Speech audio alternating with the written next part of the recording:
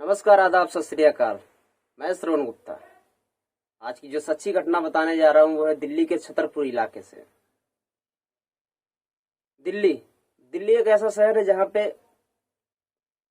हमारे देश भारत के तमाम जितने बड़े नेता हैं, तमाम जितने बड़े अधिकारी हैं, तमाम जितने बड़े बिजनेसमैन हैं, सभी के यहाँ पे दिल्ली में मकान है, सभी के दिल्ली में ऑफिस है, फैक्ट्री है, सब कुछ है।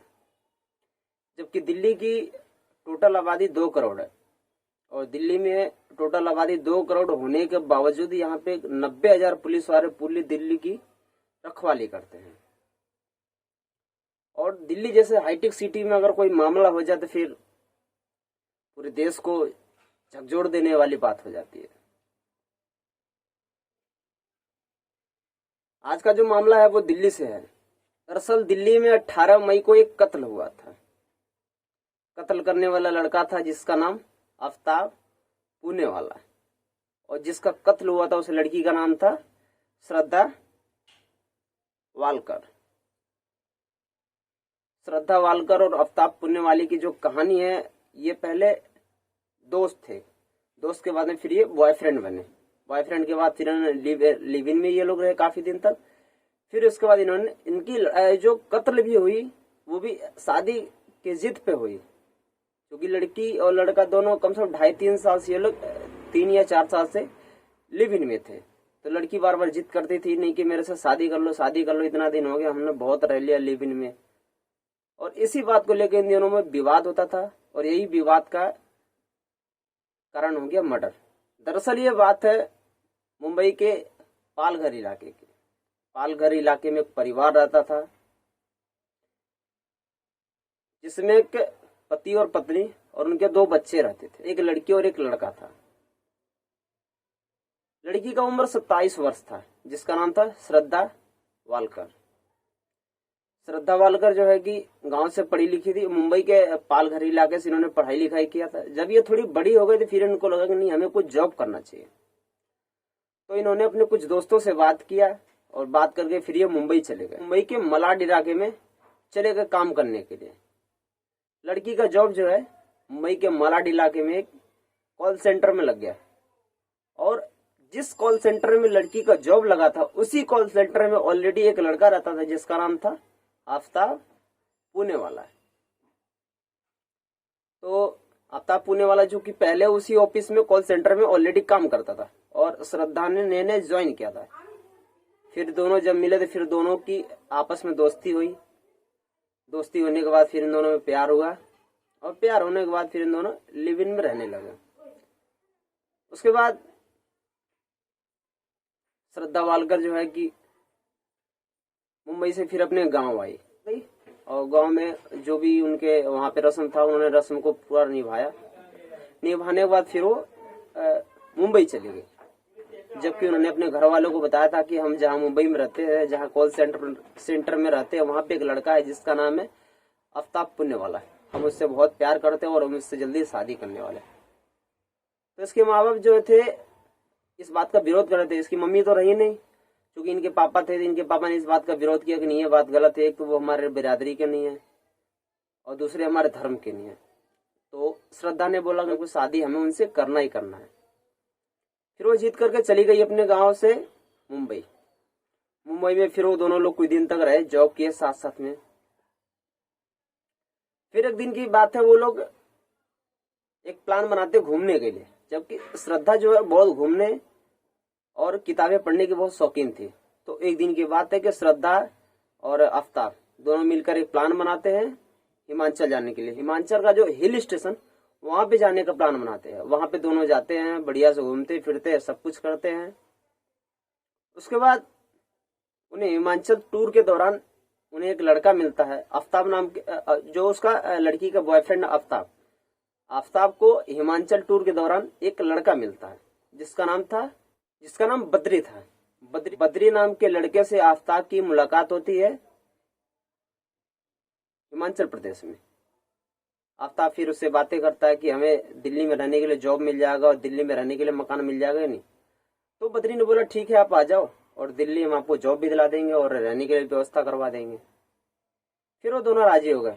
फिर वो दोनों घूम करके मुंबई चले गए। फिर मुंबई से दिल्ली आ गए। तो दिल्ली के जहाँ पे दिल्ली में जब वो लोग उतरे, तो दिल्ली के पहाड़गंज इलाके में उन्होंने होटल बुक किया। होटल बुक करके पहले दिन उन लोगों ने होटल में रुका। अगले दिन वो साउथ दिल्ली में चलेगा, साउथ दिल्ली के होटल में रुके। उसके बाद फिर उन लोगों ने उस लड़के से संपर्क किया, बद्री नाम के लड़के जो छतरपुर में रहता था। छतरपुर वाले लड़के से मिले, फिर उसके पास गए, फिर 2-4 दिन उसके घर पे रुके। 2-4 दिन घर पे रुकने के बाद फिर इन्होंने अपना एक फ्लैट खरीदा छतरपुर इलाके में। और रहने के बाद फिर ये दोनों आपस में लड़ाई करते थे शादी के। इन दोनों के बीच में हमेशा लड़ाइयाँ होती रहती थी शादी को लेकर के। ऐसे एक दिन की बात है, 18 मई को आफ्ताब और श्रद्धा दोनों खाना खा चुके थे। खाना खाने के बाद फिर दोनों में लड़ाई होती है शादी को लेकर। इसके पहले कई बार उन दोनों में लड़ाई होती है शादी को लेकर के कि इतना दिन हो गया, अब हम लोग कितना दिन लिव इन में रहेंगे और हम दोनों शादी कर लेते। तो आफ्ताब ने बोला कि शादी क्या करते, हम लोग रह तो रहे तसल्ली से। जबकि लड़की ने बोला नहीं है ऐसा नहीं, और हम दोनों शादी कर लेते हैं। तो उस दिन की रात भी आफ्ताब और श्रद्धा में यही हुआ कि उन दोनों में लड़ाई हो गया शादी को लेकर। और उस दिन लड़ाई जो कुछ ज्यादा ही हो गया। तो आफ्ताब ने क्या किया कि श्रद्धा का गला दबा दिया, और आफ्ताब ने श्रद्धा का गला तब तक दबा के रखा जब तक श्रद्धा का सांस न टूट गया। उसको लग गया कि श्रद्धा मर गई। उसके बाद उसने छोड़ दिया। छोड़ने के बाद उसकी डेड बॉडी उसी रूम में रख के उसी रूम में रात को सो गया वो। सुबह सुबह उठने के बाद उसने सोचा कि अब इसके साथ क्या किया जाए, क्योंकि उसकी डेड बॉडी तो मर गई, मतलब वो तो मर गया, उसका डेड बॉडी क्या करेंगे। अगर हम इसको अगर किसी को बताएंगे तो फिर हम फंस जाएंगे। फिर उसने एक आइडिया सोचा। उसी छतरपुर इलाके में उसने दोपहर तक शॉपिंग किया। शॉपिंग के दौरान उसने एक दुकान से उसने बड़ा सा फ्रीजर खरीदा, और एक उसने आरी खरीदा, और एक दुकान से उसने पॉलिथीन के कुछ पैकेट खरीदा, और एक दुकान से उसने पिट्ठू बैग खरीदा। ये 4 चीजें उसने खरीद के लाया, घर पे रखा। फिर दोपहर के बाद उसने उस डेड बॉडी को आरी के सहारे से काट करके फिर कुछ टुकड़ा उसको पॉलिथीन में पैक किया। पैक करने के बाद फिर उसने पूरी डेड बॉडी को एक फ्रीजर में बंद करके रख दिया। फिर वो इंतजार कर रहा था 2 बजे का। रखने के बाद फिर वो जोमेटो से खाना मंगाया, खाना खाया। उसके बाद वो रात को 2 बजे का इंतजार कर रहा था। जब रात को 2 बजा, फिर वो पिट्ठू बैग लिया, उसमें पॉलिथीन डाला। पॉलिथीन डाल के वो दिल्ली के छतरपुर इलाके में, मेहरौली इलाका पड़ता है, छतरपुर इलाके के आसपास मेहरौली इलाका का जंगल है। फिर वो रात को 2 बजे लेके गया, और उस जंगल में उसने एक पॉलिथीन का पैकेट फेंक के चुपचाप आके घर पे सो गया। उसने 18 मई को कत्ल किया था, और 19 मई से लगातार वो है पर डे एक पॉलिथीन में उसका डेड बॉडी का कुछ टुकड़ा होता था, उसको पैक करता, बैग में रखता, और ले जाके कहीं किसी भी सुनसान इलाके में छोड़ के चला आता। रात में वो 2 से 3 बजे के दरमियान ये काम करता था। फिर वो आता घर में तसल्ली से सो जाता। ऐसे ऐसे चलता रहा, और वो ये ऐसा काम 5 जून तक लगातार किया। मतलब 19 मई से उसने काम ये शुरू किया, पॉलिथीन फेंकना, और वो 5 जून तक लगातार ये पॉलिथीन फेंकता रहा। उसके बाद उसके घर वालों को कुछ चिंता होने लगा कि वो मुझे नजर नहीं आ रही। जबकि उसका जो श्रद्धा का जो भाई था, अब उसको भी ये बात पता था कि ये एक आफ्ताब नाम के लड़के से प्यार करती है। तो अब चूंकि ये श्रद्धा जो है घर से भी नाराज होकर चली आई थी, तो उसके भाई ने एक प्लान बनाया था। प्लान ये था कि वो उसके व्हाट्सएप को चेक करता था, डेली उसका अपडेट चेक करता था, वो कहाँ पे है, कब उसने डीपी चेंज किया, कब उसने फेसबुक पे पोस्ट किया, कब क्या किया। क्योंकि वो तो वो अपने फैमिली से नाराज थी, इसलिए वो अपने फैमिली में बात नहीं करती थी। लेकिन उसका भाई जो है उसका डेली व्हाट्सएप पे, फेसबुक पे उसका अपडेट चेक करता रहता था कि कब तक जिंदा तो है। तो ऐसे करते करते, और कभी कभी उनके दोस्तों से, श्रद्धा के जो दोस्त हैं, उन दोस्तों का नंबर उसके श्रद्धा के भाई के पास भी था। तो श्रद्धा का भाई जो है कभी कभी उन दोस्तों से भी बात कर लेता था कि वो कैसी हैं, ठीक है, उन्होंने फोन किया था नहीं किया था, कहाँ पे थे कहाँ पे नहीं थे, कैसा उनका हाल है। तो उसके भाई को तसल्ली हो जाता था। और 18 मई को जो कत्ल हुआ, कत्ल के 2-3 महीने पहले से उसका कॉल स्विच ऑफ जा रहा था।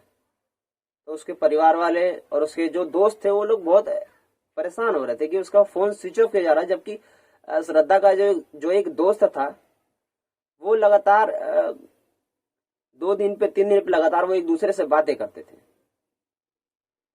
तो श्रद्धा का जो भाई था वो भी बहुत परेशान था कि काफी दिन हो गया इसका नंबर बंद बता रहा। तो श्रद्धा का जो दोस्त था उस दोस्त ने श्रद्धा के भाई को कॉल किया कि भाई इनका नंबर स्विच ऑफ किया जा रहा है, इन्होंने अगर कोई अपना नंबर चेंज कर दिया तो प्लीज मुझे उनका नया नंबर दीजिए, मुझे उनसे बात करना।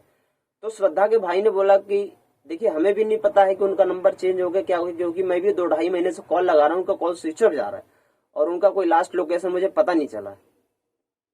जबकि मर्डर करने के 1 महीने बाद तक उनका फोन नंबर भी एक्टिवेट था और उनका फेसबुक और इंस्टाग्राम आईडी भी एक्टिवेट था, क्योंकि वो हैंडल जो करता था आफ्ताब नाम का लड़का, जिस लड़के ने उनका मर्डर किया था वही लड़का उनकी आईडी को हैंडल करता था। तो आफ्ताब जो है कि फोन पे तो किसी से बात नहीं करता था, बट इंस्टाग्राम पे और मैसेंजर पे, सॉरी इंस्टाग्राम और फेसबुक पे दोनों पे चैट करता था उनके दोस्तों से। और उनको लगता था उनके दोस्तों को लगता था कि शायद अभी श्रद्धा जिंदा है। तो उसके भाई ने जब उससे पूछा कि शायद जब उसके दोस्त ने पूछा उनके भाई से कि आपके पास कोई नंबर हो दे दीजिए, तो इन्होंने बोला कि मेरे पास भी नंबर नहीं है और 2-2.5 महीने से इनका फोन स्विच ऑफ जा रहा है। तो जो उसका भाई था उसके भाई ने अपने पापा को बोला ऐसी ऐसी बात, उनके दोस्त का फोन आया था, उनका नंबर लग नहीं रहा, उनका फोन स्विच ऑफ जा रहा है और उनका कोई लास्ट लोकेशन भी नहीं मिला। जबकि उनको बस इतना पता था कि वो लास्ट टाइम वो लोग लास्ट टाइम दिल्ली के छतरपुर इलाके में रुके थे और ये छतरपुर इलाके में गए थे जॉब करने के लिए, मुंबई को छोड़ के।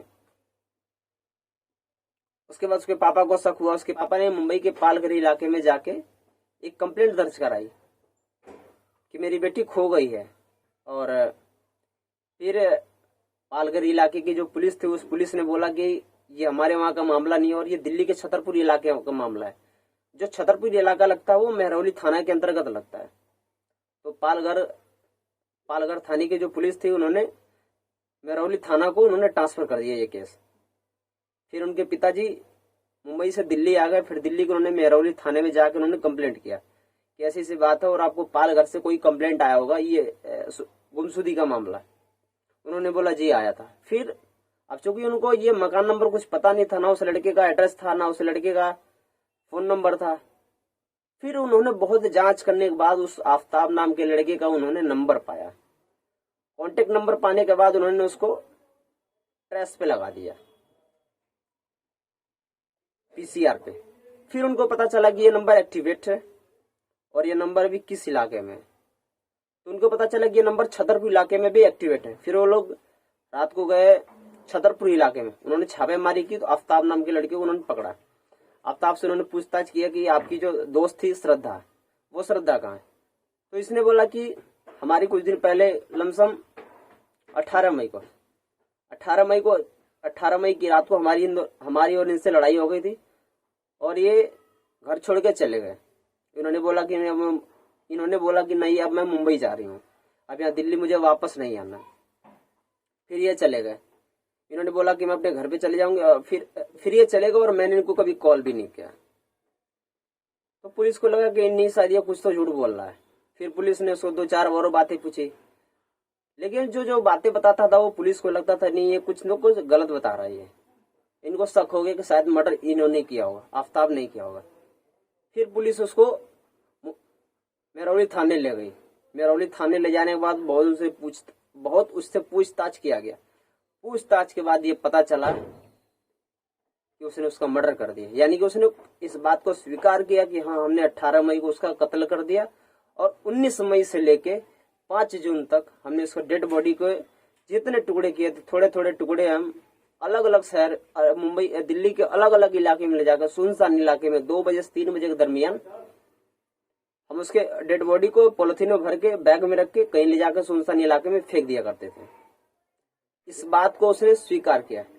पुलिस ने फिर इसकी और छानबीन की छानबीन करने के बाद आफ्ताब को अभी जेल के अंदर रखा गया है और उसकी जांच चल रही है, और भी उसने क्या क्या किया, कैसे किया है, उसके पूरे एक एक मामले को बहुत बारीकियों से देखा जा रहा है।